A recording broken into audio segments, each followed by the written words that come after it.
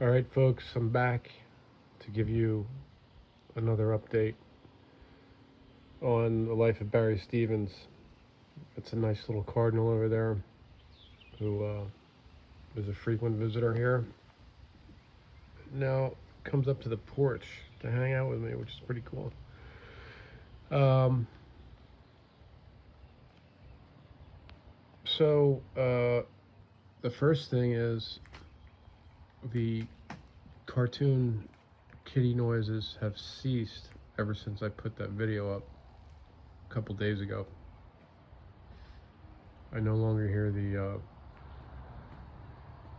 nursery rhymes and kitty stuff blaring from a house about 200 yards in that direction. Okay, and if you want to look at that, you can go into my short video and I document what happened there, and that was really trippy to basically get hit by that kitty music and all that stuff. And I then made a post about psychological warfare cartoons and children's shows and stuff like that, how that's used in psychological warfare. I got up this morning and I opened up my YouTube TV, and the very first thing that popped up, normally it comes up, I got like news and stuff like that, but the first thing that popped up today on the feed for YouTube TV was the Truman Show movie. So I thought that was interesting. And perhaps that's programmed to let me know that I'm living in a Truman Show type environment. So yeah, that's strange. And like I said, this has been going on for me since 2019. It was my last semester of graduate school, and they were all over me. You know, it was obvious that something was going down, and I thought initially I was just under surveillance by the FBI, but it was like, this isn't surveillance. This is like, you know, I'm getting my ass kicked all over the place by people, mobbing me. The parks I'd go to would be filled with cops and perps and, undercover people walking around. And it was just, that's when I realized that something was going on. And it's just been a nightmare. Because initially I was concerned that they were going to try to take me out. And the reason was because I was presenting at one of the most prestigious universities in the country, and I was talking about stuff that I was doing overseas that it wasn't classified. But what I will say is the information I was providing became classified, but I was a source. All right, so like, oh well, but I was not talking about classified information because it was never classified. It was just stuff that I was getting on the street from my sources to help out. I was helping out. That's basically all it was. I wasn't getting paid for anything, and I didn't get jammed up on anything. I was just trying to be a good American. At any rate, there was a couple times in 2020, in about the span of a month, where I thought that they were going to snatch me up. So my point being is, once you get over that realization that they're not going to kill you, it becomes easier on your mindset to say, okay, it's just going to be harassment and bullshit for the rest of my life, or what have you. Now, the sad thing is they get into your entire life. I mean, I had literally my oldest friends that I've known since I was 5 years old, that I kept in contact with. They were all flipped. They were all involved in this. I had one guy who I'd known since I was 5 years old, that was like, yeah, come out to California. I drove all the way to California, and as soon as I got there, I realized, oh shit, this guy's involved, by the stupid stuff. Like, he knew what time I was arriving. I drove all the way across the country, and like, he knew what time I was gonna roll in, and it's a long drive, and I pull up and I'm in this parking lot, and like, the door's locked, and he's not answering the text or phone, and then like 30 minutes later he comes out, oh, I'm sorry, man, I was using the bathroom, you know. Um, so that was a nightmare. California was an absolute nightmare for this stuff. And then I ended up coming back to the East Coast, and um, now it's more of um, just weird psyop stuff at this point. Like I don't get a lot of cops. Occasionally I get cops and stuff, but it's not like it used to be.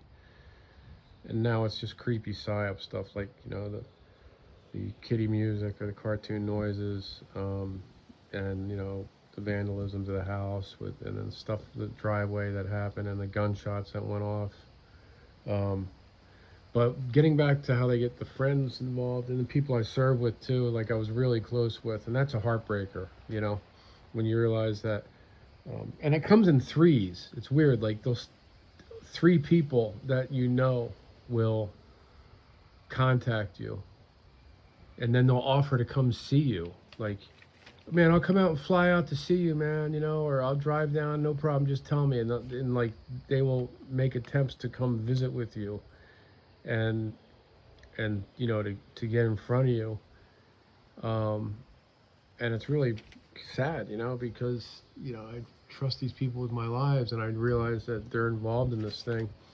And like one of my very dear friends started, they like, it's called, when they flip the script or whatever, they start insinuating that I'm going to prison, and they're like, yeah, you're going to be locked up and handcuffed to a desk. I didn't do anything, but there's that prison theme that is constantly put in your face, and but now it's just, I think they realize that I'm no longer affected by the stimuli, so now they do this really creepy stuff, and that's been going. I documented that when I came back online a couple days ago after taking a hiatus of this for a while. I was focusing on my own career, but now this crazy creepy psyop stuff is going on, so I'm going to start documenting it again. And I would say that the channel Dr. De Facto is pretty good, because he brings on guests and they talk about their experiences, and I reached out to 2 other people that and I'm going to start a dialogue with them. But again, it's, you say, do these people end up getting like mind controlled? Is it just a setup? Do you become emotionally invested in these people, and then all of a sudden one day they act mean and creepy, and then it brings you down, like I was talking the other night. It sucks, because you're like, oh, I can trust this person, you might even think about like living with them or something and working together, and then they just do a complete 180 and ruin your confidence and everything. It's really, it sucks. It breaks your spirit, so that's basically where I'm at this point. Like, I'm trying to write a book. I've done a lot of publishing online that's well received, and I started speaking again at universities, and I'm going to try to do that next year. But this whole summer I'm going to be just buttoned up and working on writing and stuff. The other thing I was going to mention is, for me, this could be generational. They talk about bloodlines getting targeted. I don't know if it's, I mean, that's a very, like, that term bloodlines makes it sound like very spiritual, and there could be a spiritual aspect to this. I mean, I'm not going to discount that, because some of the stuff is just completely weird, and it's like impossible that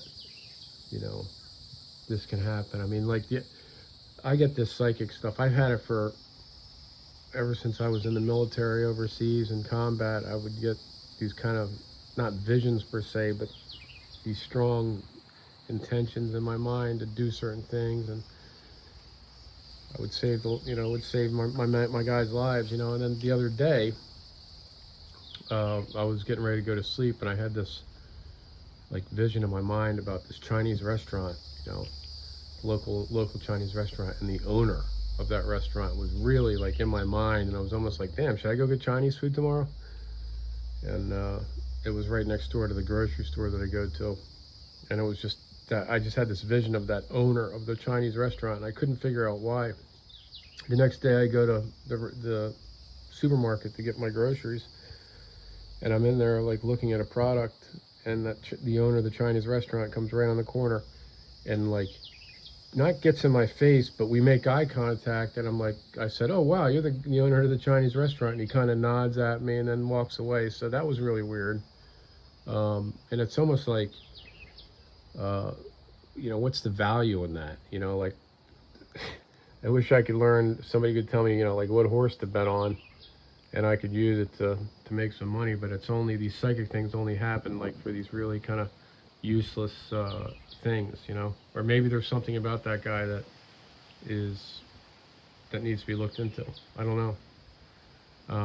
But getting back to the generational thing, my father, I remember when my parents got divorced and my dad raised me. I was always, I still love my mother and everything, but my dad raised me, and I remember he told me once that like some homeless guy in New York City, he was following around, and my dad was like going in different stores, and the guy kept following him, and my dad finally approached him and was like, "Hey, if you don't fucking stop following me, I'm gonna break your neck." And my dad was a gentleman, but he was a tough guy, and that story stuck out. And then one time we were driving around on Interstate 95. And my dad was a very good driver and always drove like high performance cars and stuff, and he never let anybody kind of get the upper hand on the road. And one day we got boxed in by 4 limousines. One guy, one in the front, the back, and then 2 on each side, and we were literally locked in. And my dad had a concealed weapons license, and he flipped out, and he like took the pistol out and had it up against the side of the door, and he was flipping out. And they had us like locked in for like a couple miles, and finally they let us break free, and he just floored it and got out of there. So that always stuck with me, and maybe I'm going through this because of what my father was doing, and what he was doing was basically, he was not a criminal or a gangster or a mobster, but he was a mob associate, a senior mob associate. Like he was a private businessman that was associating with these very high-level mobsters. And one of those individuals was a prime suspect in one of the most sensational murder cases in American history. It's still unsolved, and my dad knew about it. He knew all about it because I asked him when I was like a 16-year-old kid. I heard a commercial on the radio when they mentioned this thing, and I was like, "Geez, do you know where this guy is?" And my dad just started like cracking up, like holding back laughter, and I was like, "What is going on with you, man? Like, what's so funny?" And he's like, "Nothing, son, nothing." And I found out my dad died, and I ended up meeting a business associate of his who was a mob associate as well, and I talked to him about that, and he said, "Yeah, your father knew about what was going on." So perhaps that is the reason that I'm being targeted as well. I don't know. So that's it for now, folks. I appreciate you checking in. I'm going to continue to post updates. If I get the cartoon music again, I'm going to show that evidence. But like I said, ever since I captured that and posted it, I haven't heard anything, which is interesting. So if you have any comments that you'd like to leave, you can go ahead and leave me a comment. I have an email address, Barry Stevens _77, or look at my. If you go look at my page, it's on there. You can send me an email and I'll get back to you, and we can have a conversation. And that will, of course, that depends on if you're perp and you're being, uh, you know, if you're helping out this racket against me, then we're not gonna talk. But feel free to reach out. Okay, thanks a lot, folks. Stay frosty. Take care.